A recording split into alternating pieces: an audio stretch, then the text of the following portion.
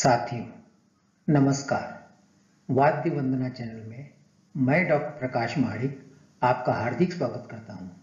आज हम शोध प्रबंध के लेखन पर विचार करेंगे। अंग्रेजी के थीसिस शब्द को भारत में शोध प्रबंध के नाम से संबोधित किया जाता है।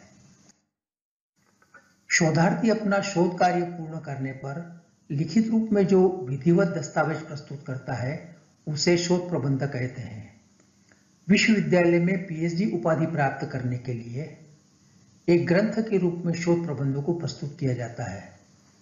शोध प्रविधि में अर्थात रिसर्च मेथोडोलॉजी में इसे रिसर्च रिपोर्ट कहते हैं। शोध प्रतिवेदन शोध संबंधी विवरण का सुव्यवस्थित रूप होता है। शोध प्रतिवेदन में शोध के उद्देश्य, क्षेत्र, संकलित किए गए तथ्यों का विवरण, विश्लेषण और निष्कर्षों को लिखित रूप में प्रस्तुत किया जाता है। शोध प्रतिवेदन प्रस्तुत करने की एक विशेष शैली होती है। शैक्षणिक संस्थाओं में प्रचलित शैली का अनुसरण करते हैं, फिर भी वर्णनात्मक शोध प्रतिवेदन के प्रारूप में अंतर होता है। विषय के अनुसार यह स्वाभाविक भी है। अब हम शोध प्रतिवेदन के सामान्य प्रारूप पर विचार करेंगे। शोध प्रबंध को मोटे तौर पर मुख्य 3 भागों में विभाजित करते हैं। प्रथम, इसे प्रारंभिक भाग कहते हैं। कुछ विद्वान इसे प्राथमिक भाग के नाम से भी संबोधित करते हैं। द्वितीय, इसे मुख्य भाग कहा जाता है। कुछ गुणीजन इसे मध्य भाग भी कहते हैं। तृतीय, इसे संदर्भ भाग के नाम से संबोधित किया जाता है। तीनों भाग के उपखंड भी होते हैं। अब हम शोध प्रतिवेदन के प्रारंभिक भाग के उपखंडों पर विचार करेंगे। प्रारंभिक भाग का पहला उपखंड है शीर्षक पृष्ठ या मुख पृष्ठ। सामान्यतः विश्वविद्यालय में शोध प्रबंध के मुख पृष्ठ के लिए एक निश्चित प्रारूप निर्धारित होता है। इस पृष्ठ में कुछ जानकारियों को दर्शाया जाता है। कुछ संस्थाओं में इन जानकारियों को दर्शाने के लिए मुख्य पृष्ठ पर स्थान भी निर्धारित रहते हैं।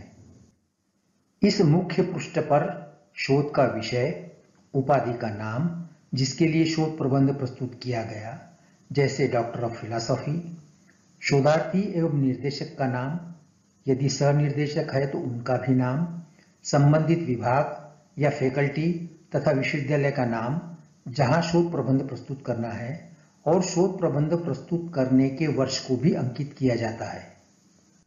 शोध प्रतिवेदन के प्रारंभिक भाग के दूसरे उपखंड का नाम है शोधार्थी की घोषणा।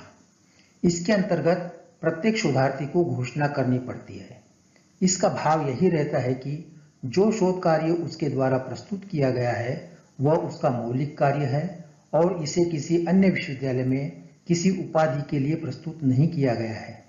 इस घोषणा पत्र पर शोधार्थी अपना नाम लिखता है और हस्ताक्षर कर इस पृष्ठ को शोध प्रबंध में संयोजित करता है। प्रारंभिक भाग का तीसरा उपखंड है शोध निर्देशक का प्रमाण पत्र। शोधार्थी को अपने निर्देशक का प्रमाण पत्र या अनुमोदन पत्र शोध प्रबंध में संलग्न करना होता है।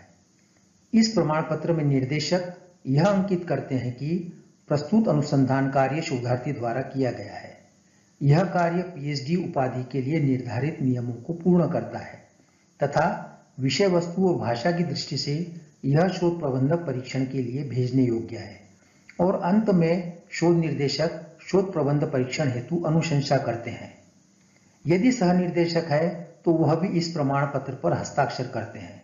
तत्पश्चात संबंधित विभाग अथवा फैकल्टी के डीन से शोध प्रबंध को अग्रेषित करने के लिए प्रस्तुत किया जाता है। इस संबंध में विश्वविद्यालयों में अलग अलग नियम रहते हैं। प्रारंभिक भाग का चौथा उपखंड है प्रस्तावना एवं धन्यवाद ज्ञापन। इसमें शोधार्थी अपने शोध कार्य के उद्देश्य आदि पर संक्षेप में प्रकाश डालता है, साथ ही अपने विषय के क्षेत्र और दृष्टि को स्पष्ट करता है। शोध में अपने विवेचन की सीमाओं को दर्शाते हुए संभावित उपलब्धियों की ओर भी संकेत करता है।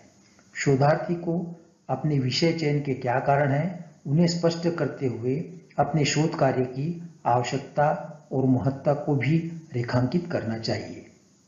शोधार्थी को प्रस्तावना लिखते समय गर्वोक्ति आदि दोषों से दूर रहना चाहिए।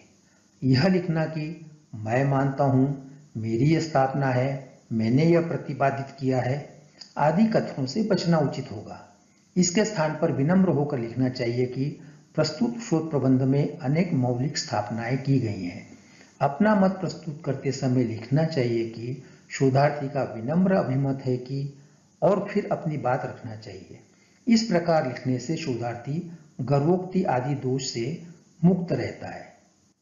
प्रस्तावना में शोध प्रबंध के अध्यायों का संक्षिप्त एवं सारपूर्ण परिचय देना उचित होता है। प्रस्तावना के अंत में शोधार्थी अपनी भावनाओं को व्यक्त करते हुए लिखता है कि मैं अपने शोध निर्देशक, अन्य गुरुजनों, दिशादर्शक विद्वानों और प्रेरक परिजनों के प्रति अत्यंत आभारी हूं, जिनके कारण मैं यह शोध प्रबंध प्रस्तुत कर सका हूं। इसके अतिरिक्त जिन जिन ग्रंथालयों से सहायता मिली है उनके प्रति धन्यवाद व्यक्त करना उचित रहता है। जिन कलाकारों से साक्षात्कार लिए उनके प्रति भी कृतज्ञता ज्ञापित करना परम कर्तव्य होता है। प्रारंभिक भाग का 5वां उपखंड है विषय सूची या अनुक्रमणिका। किसी भी शोध प्रबंध की विषय सूची उसका आधार होती है। एक प्रकार से यह अनुसंधान का प्रवेश द्वार होता है। विषय सूची में शोध प्रबंध में दिए गए अध्यायों तथा उन सबके खंडों उपखंडों का समावेश किया जाता है तथा सभी के सामने पृष्ठ संख्याओं को भी दर्शाया जाता है। अध्यायों से लेकर उपखंड तक फॉन्ट साइज को क्रमशः कम रखना उचित होता है। विषय सूची में अध्यायों, खंडों और उपखंडों के लिए दशमलव क्रमांक पद्धति अधिक उपयुक्त होती है। इस प्रकार से प्रस्तुत की गई विषय सूची की समग्रता से यह भी बोध होता है कि शोधार्थी ने कितनी सूक्ष्मता और विस्तार से विषय का विश्लेषण और विवेचन किया है। प्रारंभिक भाग का 6वां उपखंड है सारणी सूची एवं चित्र सूची।